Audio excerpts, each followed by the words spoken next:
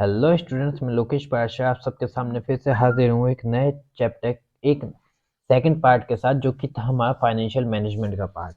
और इस पार्ट में हम है ना, पहले तो ये देखेंगे कि हमने कल क्या पढ़ा, फिर हम देखेंगे कि है ना अब हम क्या पढ़ने वाले हैं।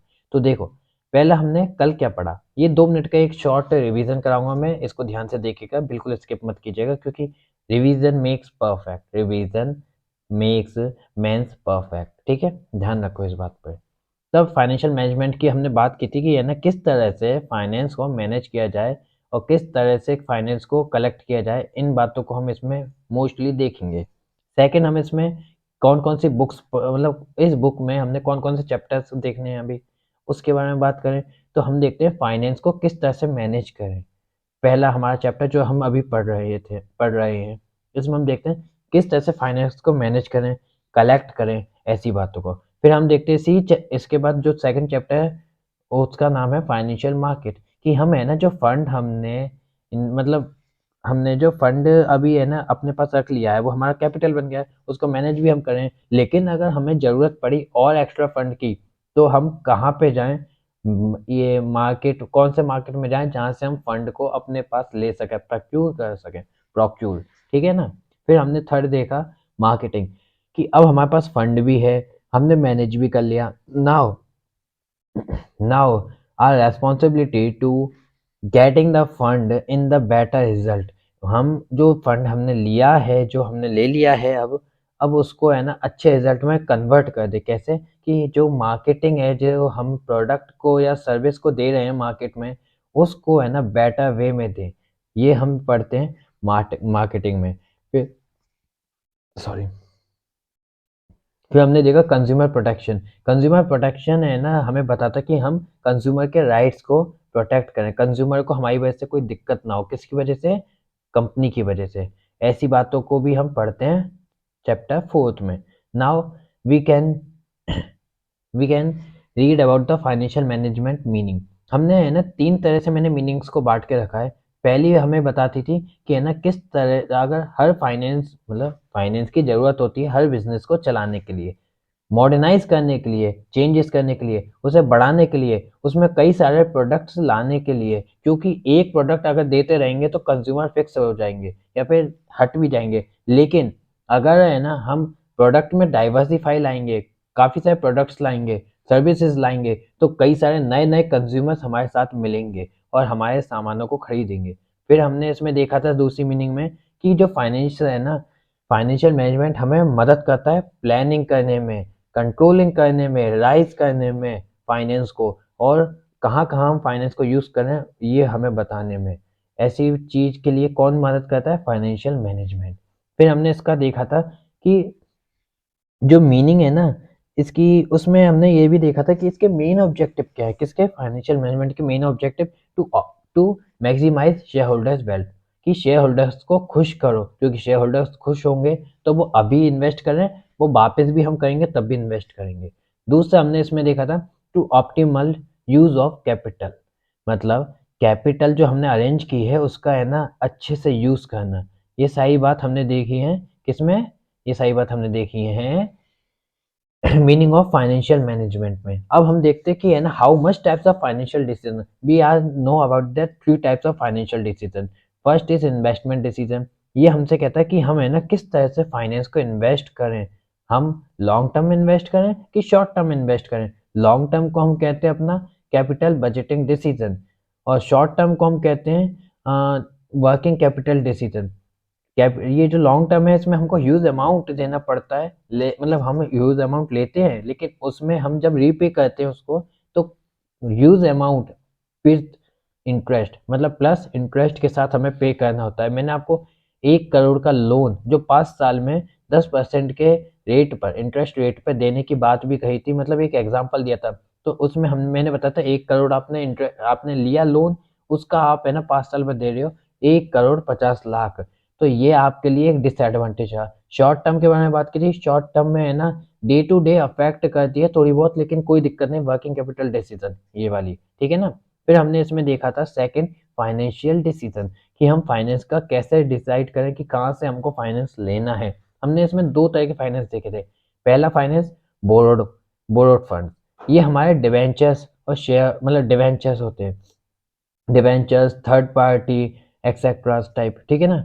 तो इनसे हमने जो लोन लिया है तो हम ऐसे लायबल हो जाते हैं कि इनको हमें पे करना है एट अ मैच्योरिटी टाइम। हमें मैच्योरिटी टाइम तक इसे पे करना है जहाँ से हमने बोरोड फंड लिया है, ठीक है। दूसरा आता है हमारा शेयर होल्डर्स फंड, जिसे हम ओनर्स फंड कहते हैं। ये कंपनी के एक तरह के है ना इनएक्टिव ओनर्स होते हैं, जो कि है ना कंपनी में पार्टिसिपेट नहीं करते लेकिन ओनर्स हैं बस। अब इनका मेन था, इन्होंने हमें जो शेयर्स दिया, हमने इनसे कहा अगर हमें प्रॉफिट होगा तो हम तुम्हें भी प्रॉफिट देंगे, लेकिन if any condition we are not getting any big amount of profit or not earning profit, then we are not able to give you profit, ठीक है, give you dividend। हमने ये चीजें पढ़ी थी। फिर हमने है ना थर्ड पढ़ा था डिविडेंड डिसीजन। डिविडेंड के बारे में हमने पढ़ा कि डिविडेंड एक ऐसा हिस्सा प्रॉफिट का जो कि हमने निकाल रखा है, जो हमें किसको देना है, शेयर होल्डर्स को देना है, शेयर होल्डर्स में डिस्ट्रीब्यूट करना है। तो हमने यही देखा था कि किस तरह से, किस वे में, किस ओवरऑल ऑब्जेक्ट को सिर पे रखते हुए, मतलब किस ऑब्जेक्ट को है ना सिर पे रखते हुए, जैसे कि maximise share holders for wealth, ये हमारा मेन ऑब्जेक्टिव है। तो इस ऑब्जेक्ट को मानते हुए हम किस तरह से डिविडेंड को डिस्ट्रीब्यूट करें सभी लोगों में, सभी शेयर होल्डर्स में, ये सारी चीजें हमने पढ़ी। फिर हमने एक फाइनेंस का प्लानिंग भी पढ़ा था, मतलब फाइनेंस प्लानिंग भी पढ़ी थी हमने। ये हमारी क्या होती है कि हम फाइनेंस को किस तरह से अरेंज करें, किन किन सोर्सेज से कलेक्ट करें, ये सारी चीज़ें। फिर हमने इसमें है ना इसकी इम्पोर्टेंस देखी थी कि हमें एक सही टाइम पर जब हमें जितना ज़रूरत है उतना फाइनेंस मिल जाता है, किसमें, फाइनेंस प्लानिंग में। सेकंड हमने देखा था डिसीजन, ये हमें है ना डिसीजन लेने में मदद करता है कि हम किसी गलत जगह पे ऐसे अननेसेसरी है ना इसको यूज़ ना लें, किसको, फंड को, फाइनेंस को। थर्ड हमने देखा था इसमें वेस्टेज, कि है ना जो फंड है ना उसको हम वेस्ट ना करें, अगर वेस्ट कर रहे हैं तो उस सिचुएशन से बाहर निकल के फंड को फुल्ली यूटिलाइज करें हम। ये सारी चीज़ें हमने इसमें देखी थी। Now we are reading about new sub topics of this chapter. तो अब है ना हम इसके नए सब टॉपिक्स को देखते हैं। हमारा पहला टॉपिक है इसका, जो कि है फैक्टर अफेक्टिंग इन्वेस्टमेंट डिसीजन। तो भाई अब फैक्टर अफेक्टिंग इन्वेस्टमेंट डिसीजन को हम देखने वाले हैं इसमें। तो है ना आप बताएं क्या है फैक्ट अफेक्टिंग, मतलब किस तरह के फैक्टर्स अफेक्ट करते हैं इन्वेस्टमेंट डिसीजन, मतलब हमें जहाँ पे इन्वेस्ट कर रहे हैं उस तरह की बातों को, ऐसे कौन कौन से फैक्टर्स होते हैं जो हमसे सोच छुपाने के लिए हमें ऐसे हमें फोर्स करते हैं कि है ना इस जगह इन्वेस्ट करने पे तुम्हें ये होगा, ऐसा होगा, ऐसी ऐसी कौन कौन सी बातें हैं जो कि हमें इन्वेस्टमेंट करने पर है ना अपनी तरफ खींचती हैं, भटका देती हैं कि इस जगह इन्वेस्टमेंट नहीं करो, क्या पता कुछ अलग हो जाए, कुछ बिगड़ जाए, ये ऐसा है वैसा है, ऐसी कुछ फैक्टर्स, ठीक है। दूसरा कैपिटल बजटिंग डिसीजन, कि कैपिटल को किस तरह से बजट करें, इसके ऊपर भी डिसीजन जो होता है, फैक्टर्स जो हमें अफेक्ट करते हैं उसके बारे में हम पढ़ेंगे इसमें। इसमें तीन हम पढ़ते हैं मोस्टली। फर्स्ट होता है हमारा cash flow of the project, मतलब जो हमारे पास है ना कैश है, रिसिप्ट मतलब कैश है हमारे पास, कैश रिसिप्ट और payment over over the life of an investment proposal. जिस इन्वेस्टमेंट के लिए, जिस तरह के प्रोजेक्ट के लिए हमने, हमारे पास जो कैश है, कैश रिसिप्ट और पेमेंट रिसिप्ट मतलब पेमेंट, उनको किस तरह से हम कंसीडर करें, एनालाइज करें और सेलेक्ट करें एज अ बेस्ट प्रपोजल, किस तरह से हम उसको अच्छे से है ना यूज़ करें। अब जैसे कि मैंने प्रोजेक्ट एक चालू कर रहा हूँ, मैंने कैश अरेंज कर लिया, अब मैं है ना उस रिसिप्ट को एक साइड रखूँ, उस उसमें जो पेमेंट्स होंगी उसको भी पास में रखूँ, और फिर इस तरह से मैं है ना किस मतलब इस तरह से मैं इन चीज़ों को कैसे एक बेस्ट प्रपोजल की तरफ लेके जाऊं, अपने प्रोजेक्ट को किस तरह से बेटर परफॉर्मेंस पे पहुंचाऊं, ये मेरा है ना cash flow of the project एक फैक्टर है जो अफेक्ट करता है इन्वेस्टमेंट और कैपिटल बजटिंग डिसीजन को, ठीक है। Now second is rate of return, ये सीधे सीधे इन्वेस्टमेंट डिसीजन पे होता है कि क्या, मतलब हम है ना जो एक्सपेक्ट कर रहे हैं हमें रिटर्न्स मिलने का, उसके बारे में हम बात करते हैं इसमें, कि हम उस जगह पे इन्वेस्ट ज़्यादा करते हैं ना कि जहाँ पे बहुत अच्छी से कमाई हो रही है, बहुत अच्छी तरह से एडवांटेज मिल रहा है, किसको, एक एक ह्यूमन को या फिर एक है ना शेयर होल्डर्स को, जो कि इन्वेस्ट कर दिए, अब उनको चाहिए ज़्यादा से ज़्यादा एडवांटेज। वो क्या सोचते हैं कि हमारी वेल्थ ज़्यादा आनी चाहिए और हमें है ना काफ़ी अच्छा प्रॉफिट अर्न होना चाहिए। तो ये सारी चीज़ हम रेट ऑफ रिटर्न्स में देखते हैं कि हमने इन्वेस्ट कर दिया, अब हमें रिटर्न में अच्छा मिलना चाहिए काफ़ी। फिर हम देखते हैं थर्ड थर्ड जो फैक्टर होता है वो होता है हमारा इन्वेस्टमेंट क्राइटेरिया इन्वॉल्व। ये जो इन्वेस्टमेंट क्राइटेरिया इन्वॉल्व है ना, ये हमसे कहता है the various investment proposals are evaluated in on the basis of capital budgeting technique. मतलब कैपिटल बजटिंग टेक्निक के द्वारा कई सारे इन्वेस्टमेंट प्रपोजल्स हम इवेल्यूट करते हैं, उनको देखते हैं क्या हम इसे यूज कर सकते हैं, क्या इसमें कोई हमें दिक्कत तो नहीं होगी, ऐसी बातों को। विच इन्वॉल्व मतलब कैपिटल बजटिंग टेक्निक्स में क्या क्या चीजें इन्वॉल्व होती हैं, हम उसमें होती है इन्वेस्टमेंट अमाउंट कि हम कितना इन्वेस्टमेंट उसमें लगाने वाले हैं, किसमें, अलग अलग इन्वेस्टमेंट क्राइटेरिया में, ठीक है।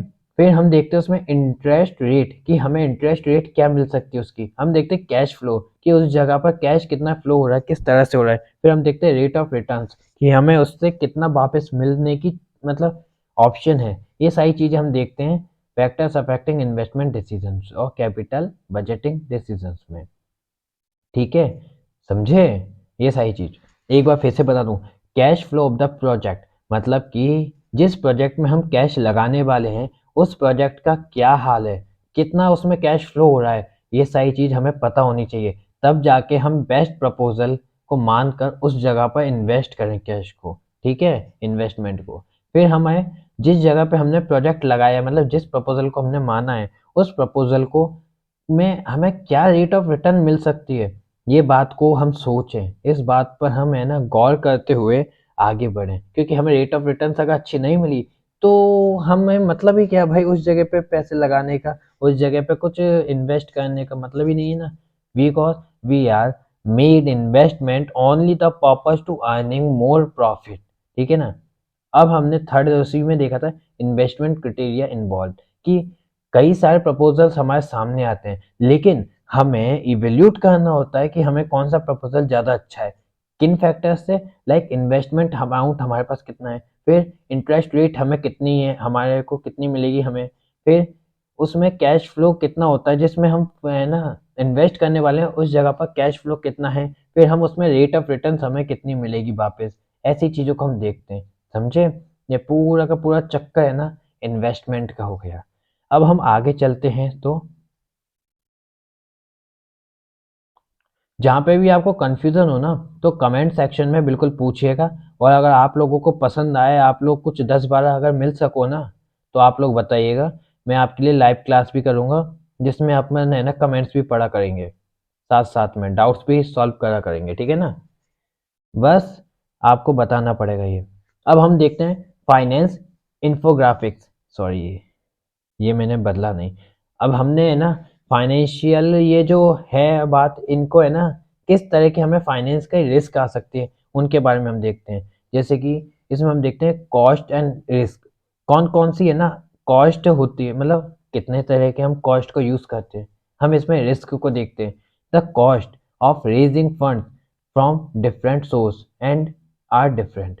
मतलब जो कॉस्ट है ना रेजिंग फंड्स की, फंड्स को हमने लिया, ठीक है, फंड्स को हमने बढ़ाया, कितने सोर्सेज से बढ़ाया, कहाँ कहाँ से हमने कलेक्ट किया, वो हमको दिखाता है कॉस्ट का फैक्टर्स।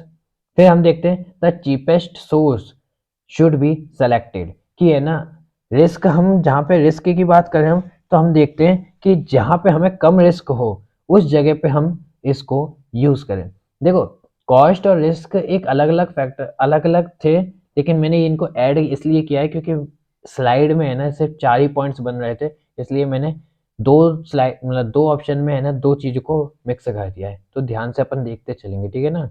अब कॉस्ट के बारे में हमने देख लिया कि कहाँ-कहाँ से हम अपने फंड को रेज़ करें, किस-किस सोर्स से हम कलेक्ट कर सकते हैं अपने फंड को। दूसरा रिस्क हमने देखा कि कौन-कौन से चीपेस्ट सोर्स हैं जहाँ से हम इस फंड को कलेक्ट कर सकते हैं। और मतलब cheapest source should be selected, जहाँ से हमें है ना जहाँ पे हम इन्वेस्ट करें तो हमें कोई ज़्यादा दिक्कत ना हो, परेशानी ना हो हमारे सामने, ये बात हमने देखी। फिर हमने इसमें देखा flotation cost and cash flow position of the business कि जो हमने है ना यूज किया है, मतलब the cost involve in issuing securities such as brokers commission, underwriters fees, expenses और प्रोस्पेक्टस एक्सेट्रा। कि फ्लोटेशन कॉस्ट ऐसी एक कॉस्ट है, मतलब जो एक थर्ड पार्टी के जरिए है ना की जाती है।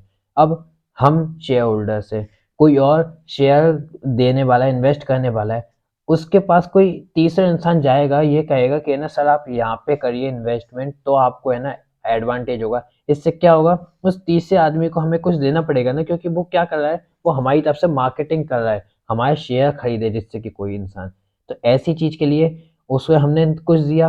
आज के वक्त में ऐसे बताऊं मैं तो ग्रो ऐप, जो ग्रो ऐप है ना, वो यही है जो कि ऐसे प्रमोट करता है। और हमें ग्रो ऐप हमें है ना एक तरह से प्रमोट करता है कि इस कंपनी में इस कंपनी से शेयर खरीदो, आपका एडवांटेज होगा। ऐसे ही है ना, आप देखते हो जो भी ऑनलाइन एजुकेशन ऐप्स हैं, वो क्या करते हैं, वो हमें प्रमोट करते हैं। और एजुकेशन ऐप की बात करूँ तो मैं सबसे बड़ा है ना अपग्रेड ऐप को मानूंगा। अपग्रेड क्या है, अपग्रेड एक ऐसा ऐप जो कि है ना ऑनलाइन कई सारी यूनिवर्सिटीज से हमें है ना कनेक्ट करता है, और उसके बदले में वो यूनिवर्सिटीज में हम है ना इंस्टॉल करते हैं, उसमें है ना ऑनलाइन पढ़ते हैं, और एक बड़ा अमाउंट जैसे कि 1 लाख 1.5 लाख कुछ हम उसे देते हैं, और पूरे साल भर या 6 महीने हमारी पढ़ाई होती है और हमें डिग्री मिल जाती है। बस इतना होता है अपग्रेड ऐप में। ये सारी चीज़ हमने देखी इसमें, याद रखना। तो फ्लोटेशन कॉस्ट है ये, कोई एक ऐसी थर्ड पार्टी जो कि है ना कंज्यूमर और प्रोड्यूसर के बीच में लिंक कराती है, उसको हम, उसकी जो कॉस्ट लगती है उस कॉस्ट को हम कहते हैं flotation cost. Second, cash flow position of the business, कि in the case the cash flow position of the company is good enough, then it is easily use borrowed fund. कि हम देखते हैं कि कैश फ्लो पोजीशन है ना company की, अगर वो सही है, cash flow position of the business के बारे में, कैश फ्लो पोजीशन कंपनी की अच्छी है, सही है, तो वो है ना मोस्टली जाने की सोचेगा बोरोड फंड में। बोरोड फंड कौन सा फंड, जिस फंड में हम लॉन्ग टर्म लोन लेते हैं, ठीक है ना, एक तरह से डिवेंचर्स, ठीक है ना, डिवेंचर्स, थर्ड पार्टी लोन, ये सारी चीजें हम देखते हैं इसमें। फिर थर्ड हमारा आता है इसी में control consideration. In case the existing shareholders want to retain the complete control of business, then finance can be raised though borrowed। मतलब कि अगर है ना, ये मान के चलो जो अभी कंपनी है ना हमारी, मतलब जो हमारा शेयर होल्डर है कंपनी के अंदर, वो चाहे कि वो कंप्लीट कंट्रोल ले बिजनेस का, कंप्लीट कंट्रोल मतलब बहुत बड़ा अमाउंट उसमें पे करने की क्षमता है, then finance can be raised to borrowed fund. तो है ना ऐसे में जो फाइनेंस को लगाया जाता है, मतलब कि जो प्रोजेक्ट में हम लगा रहे हैं ना फाइनेंस, उसमें हमें जो जरूरत पड़ेगी वो हम है ना एक डिवेंचर के थ्रू या फिर कहा जाए तो बोरोड फंड के थ्रू ले सकते हैं। कैसे, बात क्या है, ये मान के चलिए कोई एग्जिस्टिंग एक शेयर होल्डर है, अब उसमें है ना वो चाहता है कि वो कंप्लीट कंट्रोल ले ले बिजनेस का, कंप्लीट कंट्रोल बिजनेस का ले ले। तो उस वक्त में फाइनेंस को रेस करने के लिए, फाइनेंस को बढ़ाने के लिए हम क्या चाहते हैं, हम क्या करते हैं, हम बोरोड फंड को अप्लाई करते हैं, बोरोड फंड लेते हैं, डिवेंचर्स को, third party loan, bank loan, इस तरह की चीजों को हम कलेक्ट करते हैं, जिससे कि हमारा ये जो फंड है वो रेज हो जाए। अब आपका कंफ्यूजन ये बन रहा होगा, जब एक share holder, existing share holder complete control चाहता है तो फिर तो वही देगा पैसा, वही अमाउंट को देगा, सही है। लेकिन ये जो चीज है ना, ये एक तरह से वो है कि वो अपना है ना पैसा दे रहा है, लेकिन वो इतना दे रहा है कि वो हमारे यहाँ का एक शेयर होल्डर बन जाए, एक बिग शेयर होल्डर बन जाए, जो कि एक तरह का है ना कंपनी का मालिक ही है, बड़ा शेयर होल्डर। लेकिन अगर उसकी शेयर होल्डिंग कैपेसिटी इतनी नहीं हुई कि वो है ना कॉस्ट को कवर अप कर सके, जो हमारे को, जो हम प्रोजेक्ट को चला रहे हैं ना, उस प्रोजेक्ट को कंप्लीट करा सके, तो ऐसे में हम है ना इतने कैपेबल तो हैं कि अब हम क्या कर सकते हैं, अब हम बोरोड फंड को ले सकते हैं। ठीक है ना, बोरोड फंड को याद रखना, बोरोड फंड और वर्किंग कैपिटल फंड या फिर ओनर्स फंड, इसको याद रखना। when but when they are ready for dilution of control over business। लेकिन अगर वही एग्जिस्टिंग शेयर होल्डर्स चाहे कि है ना अपना जो उसने बिजनेस में शेयर खरीदा था उसको बिल्कुल कि है ना बेच देना वगैरह कुछ भी कर देना, तो ऐसे में हम है ना शिफ्ट करते इक्विटी और रेजिंग फंड्स पे।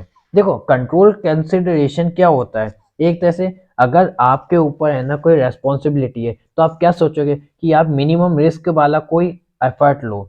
जैसे कि आपकी एक कंपनी है, ठीक है, आप अकेले मालिक हो, तो आप क्या सोचोगे, आप यही तो सोचोगे कि मैं इक्विटी या शेयर होल्डर्स पे है ना अप्लाई करता हूँ। लेकिन उसी जगह पर आपके साथ एक और इन्वेस्टमेंट मिल जाता है, एक और बड़ा इन्वेस्टर मिल जाता है, अरे यार सॉरी, एक और बड़ा इन्वेस्टर मिल जाता है जो आपसे कहता है कि है ना मैं तुम्हारी कंपनी में इन्वेस्ट करूंगा। तब आप क्या सोचोगे, तब आप यही तो करोगे कि अब तो है ना मैं, मतलब आप ऐसे सोचोगे उस वक्त कि अब है ना मुझे एक बोरोड फंड लेना चाहिए, डिवेंचर्स या शेयर होल्डर्स के थ्रू फंड लेना चाहिए। ये चीजें हम देखते हैं, ठीक है। फिर इसके बाद हम है ना फोर्थ पॉइंट देखेंगे, स्टेट ऑफ कैपिटल मार्केट, कि है ना जो कैपिटल मार्केट है उसका क्या हाल चल रहा है। During boom finance can easily be reached by issuing shares, but during depression period raising finance by means of डेब्ट इज इजी। तो देखो, इस वाले तरीके को समझने के लिए है ना आपको मैं एक साइकिल के बारे में बताऊंगा, जो कि हमारी बिजनेस साइकिल। एक मिनट रुकिएगा,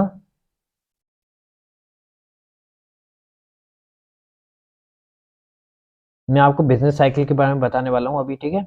ये बिजनेस साइकिल आपको जानना जरूरी इसलिए है क्योंकि बिजनेस साइकिल आपको बताएगी कि है ना किस तरह से हम यूज करते हैं फाइनेंस को। तो देखो, मान के चलिए जैसे कि है ना एक कंपनी है, ये एक कंपनी है, ठीक है, एक नॉर्मल एक कंपनी है, जिस कंपनी में है ना आप चाह रहे हो इन्वेस्ट करना। क्यों? क्योंकि वो कंपनी है ना काफ़ी समय से इंक्रीज हो रही है, काफ़ी समय से ये कंपनी है ना बहुत अच्छे ग्रोथ कर रही है, एक्सपैंड हो रही है, इसमें है ना काफ़ी अच्छा प्रॉफिट अर्न कर रही है। क्या कर रही है? ये काफ़ी बढ़िया प्रॉफिट को अर्न कर रही है कंपनी। राइटिंग पे ज़्यादा मत फोकस करना क्योंकि है ना ये यार अभी नया नया लगा हूँ ना इस पे मैं, तो काफ़ी ज़्यादा प्रॉब्लम्स ये से फेस हो रही है इस पर लिखने में, ठीक है। अब कंपनी क्या करेगी, कंपनी प्रॉफिट अर्न करेगी, करेगी कंपनी प्रॉफिट अर्न। अब ऐसे में क्या होगा, ऐसे में क्या होगा, ऐसे में जो कंपनी है, मतलब जो कंपनी है एक ऐसी सिचुएशन में पहुंच जाएगी जिस सिचुएशन में है ना कंपनी बहुत अच्छे से प्रॉफिट अर्न कर रही है। अब वो कैसी सिचुएशन हुई, इसमें हम है ना चार पॉइंट्स को देखते हैं। इसमें हम पहले पॉइंट को देखते हैं जो हम कह जिससे हम कहते हैं बूम, जिसमें हम इसे इसको कहते हैं बूम। ये एक ऐसी स्टेज होती है जिस स्टेज को हम है ना नॉर्मली कह सकते हैं कि इस स्टेज पे जितना हमने कंपनी में लगाया, मतलब देखो चार स्टेज होती हैं, पहले चार स्टेज का नाम लिख दूं उसके बाद मैं आपको बताऊंगा। एक होती है बूम, एक स्टेज होती है हमारी रेसेशन, रेसेशन,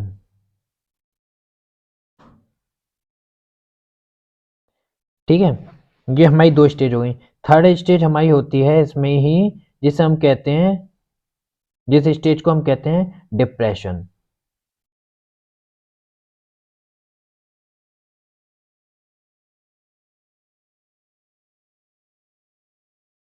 थर्ड हमारी हो गई डिप्रेशन स्टेज,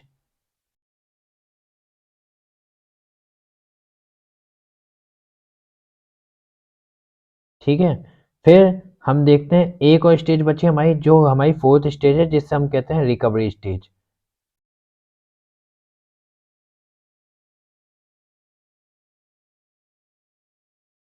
तो देखो, ये जो चार स्टेज है ना इनको ध्यान से समझो।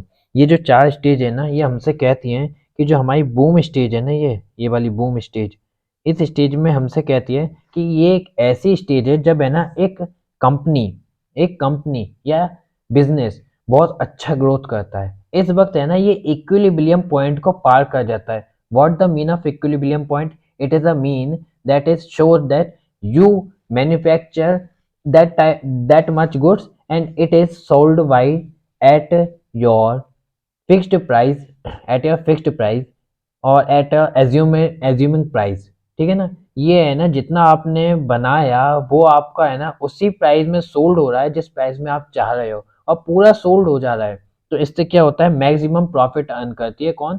कंपनी। और इससे कंपनी अपने है ना प्रोडक्शन को और ज़्यादा इंक्रीज करती जाती है, इंक्रीज करती जाती है।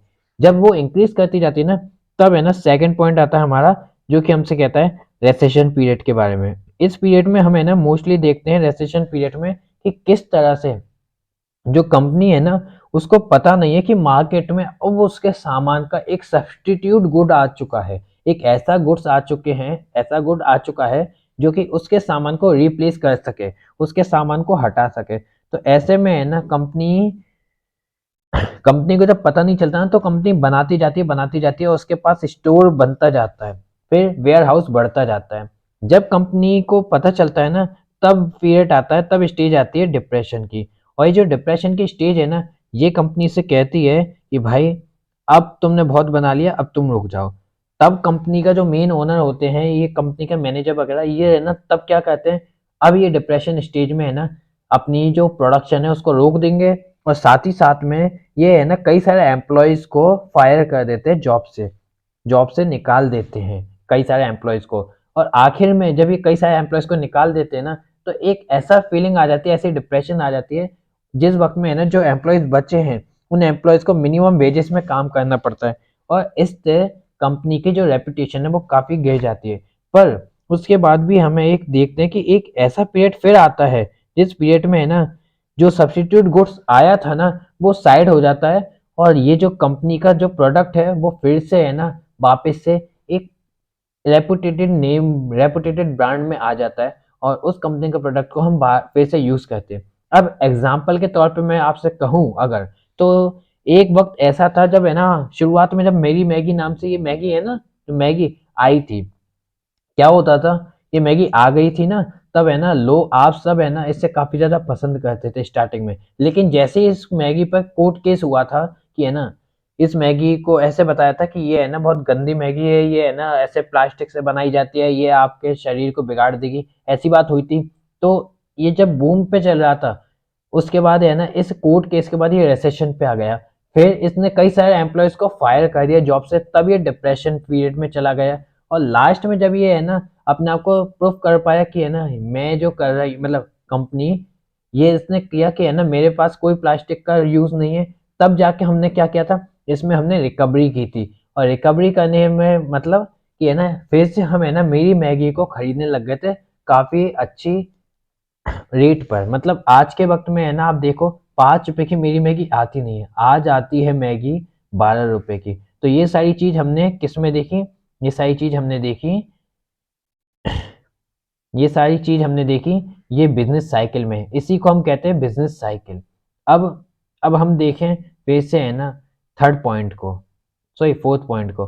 फोर्थ पॉइंट हमसे क्या कहता है, स्टेट ऑफ कैपिटल मार्केट, कि है ना ड्यूरिंग बूम पीरियड, बूम कौन सा पीरियड है, बूम एक ऐसा पीरियड जब है ना कंपनी काफी ज्यादा अर्न कर रही है, क्या प्रॉफिट, प्रॉफिट काफी अच्छे से अर्न कर रही है, और इसी तरह से वो finance can easily be reached by issuing shares. तो वो ऐसे कोशिश करेगी कि है ना कंपनी ऐसी कोशिश करेगी उस वक्त की है ना वो ज्यादातर जो फंड है वो बढ़ाए जाएं शेयर्स के द्वारा, शेयर्स खरीद करके। बट ड्यूरिंग डिप्रेशन पीरियड, लेकिन जब डिप्रेशन पीरियड होगा, मतलब जब है ना कंपनी से जो वर्कर्स है उनको फायर किया जाएगा, निकाला जाएगा, तब वो क्या चाहेगी, तब वो चाहेगी to raising finance by means of depth is easy. तब वो चाहेगी कि है ना वो फाइनेंस ले कहाँ से, एक मार्केट से, जो कि है डिवेंचर का मार्केट। ये सारी चीज हमने इसमें देखी अभी। तो समझे ना आप लोग, इस चीज को ध्यान से समझिए, क्योंकि ये एक सच में ये अगर चीज आप समझे नहीं ना ढंग से, तो आपको प्रॉब्लम होगी। ये थोड़ा हाई लेवल की होती है चीजें, इसलिए ठीक है। अब इसमें हम देखते हैं factor affecting dividend decision. Factor affecting dividend decision कौन कौन से होते हैं, कौन कौन से ऐसे फैक्टर हैं जो हमको डिविडेंड जो हम लेते हैं, डिविडेंड के डिसीजन हम जो लेते हैं उसको अफेक्ट करते हैं, ठीक है। डिविडेंड क्या होता है, एक ऐसा हिस्सा प्रॉफिट का जो कि हमने लिया है शेयर होल्डर्स में डिस्ट्रीब्यूट करने के लिए, उसको हम कहते हैं डिविडेंड। तो कौन से फैक्टर्स है जो डिविडेंड डिसीजन को इफेक्ट करते हैं, हमने देखा इसमें अर्निंग। अर्निंग हमारा एक ऐसा फैक्टर है जो कि डिविडेंड डिसीजन को इफेक्ट करता है। कैसे, company having high and stable earning could declare high rate of dividend as dividend are paid out of current and past earnings।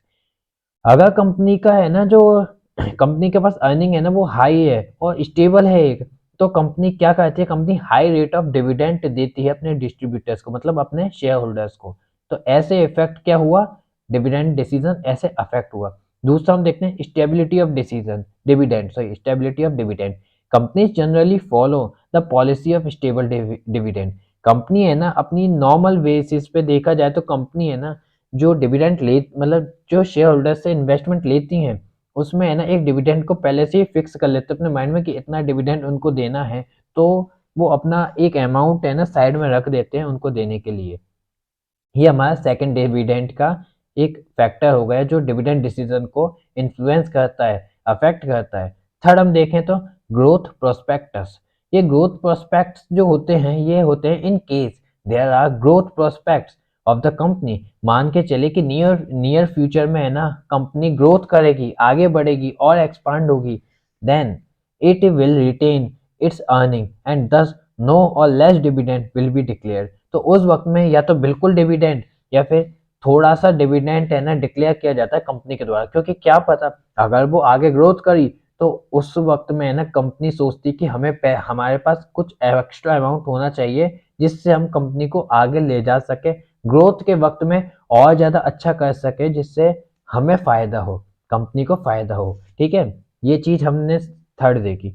अब हमने फोर्थ देखते हैं इसी में कैश फ्लो पोजीशन, कि जो हमारी कैश फ्लो है ना वो कैसी है, हम इसमें ये देखते हैं like dividends involved in outflow of cash and दस availability of adequate cash is foremost requirement for declaration of dividends,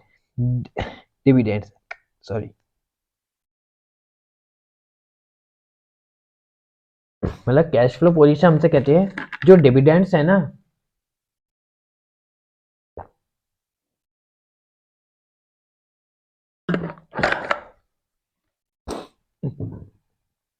dividends involve in outflow of cash.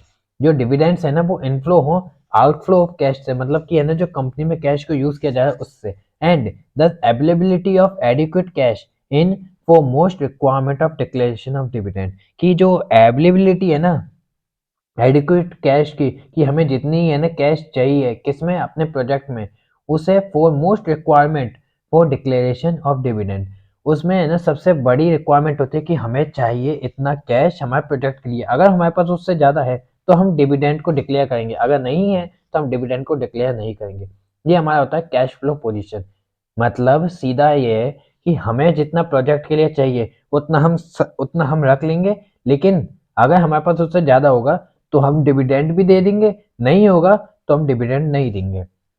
ये देखते हैं हम कैश फ्लो पोजीशन में। Now we read about the preference of share holder. ये हमसे कहता है कि है ना हम किस तरह के शेयर होल्डर्स को प्रेफर करें, हम कैसे प्रेफर करें। जैसे कि हम नॉर्मल दो तरह के शेयर होल्डर्स को देखते हैं, इक्विटी शेयर होल्डर और प्रेफरेंस शेयर होल्डर। तो इसके बारे में बात हो रही है कि है ना किस तरह के शेयर होल्डर्स को हम प्रेफर करें फर्स्ट में। सेकंड हम देखते हैं टैक्सेशन पॉलिसी।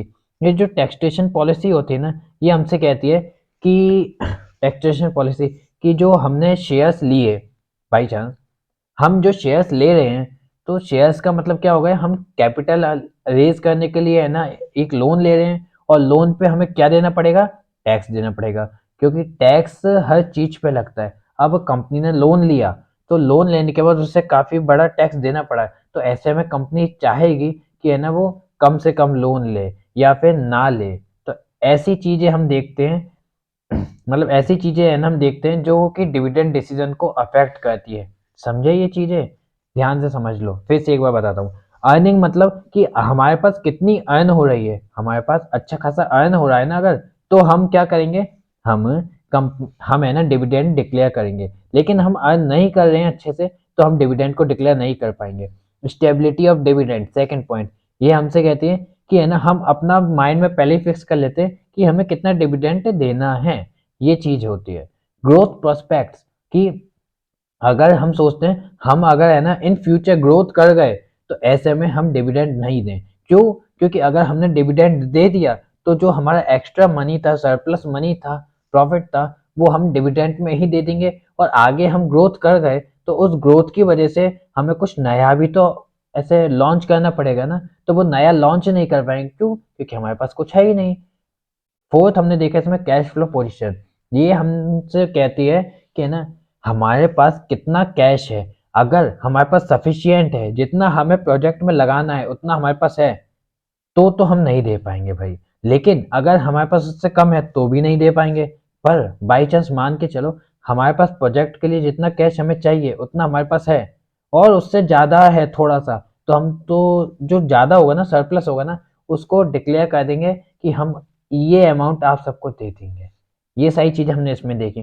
फिर हमने देखा कि किस तरह के शेयर होल्डर्स को हम ऐसे कलेक्ट करते हैं, किस तरह के शेयर होल्डर्स को हम प्रेफर करते हैं लेने के लिए। दूसरा हमने देखा था इसी का टैक्सेशन पॉलिसी, कि हम शेयर्स खरीदने पर जो हम शेयर्स डालते हैं ना मार्केट के अंदर, उसमें भी है ना हमको टैक्स देना पड़ता है। जैसे कि 100 लोगों ने हमसे है ना शेयर्स लिए, अब उन 100 लोगों के जो शेयर्स है ना, हमने उनसे इन्वेस्ट ले लिया, उनको शेयर होल्डर्स के हिस्से पे पकड़ा दी। अब क्या होगा बदले में, हमें जो शेयर्स मिले हैं ना उस पे हमें टैक्स देना पड़ेगा गवर्नमेंट को। तो इस तरह की चीजें हमने फैक्टर अफेक्टिंग डिविडेंड डिसीजन में पढ़ी। ठीक है, मुझे यकीन है कि आप सबको अच्छे से समझ में आई होगी, बिजनेस साइकिल भी, फैक्टर अफेक्टिंग डिविडेंड डिसीजन भी।